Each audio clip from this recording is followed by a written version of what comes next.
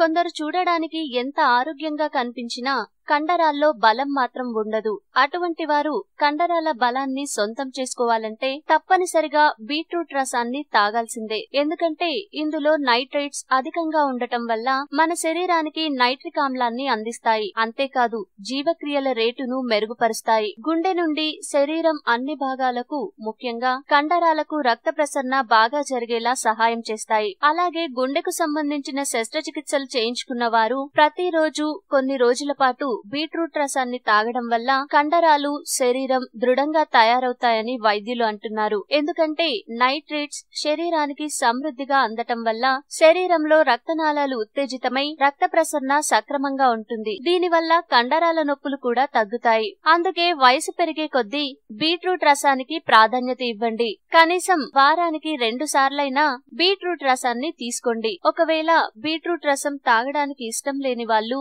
ఆహారం ద్వారా కూడా తీసుకోవచ్చు. కాకపోతే బీట్రూట్ ను పచ్చిగా తీసుకుంటేనే మంచి ఫలితాలు ఉంటాయి.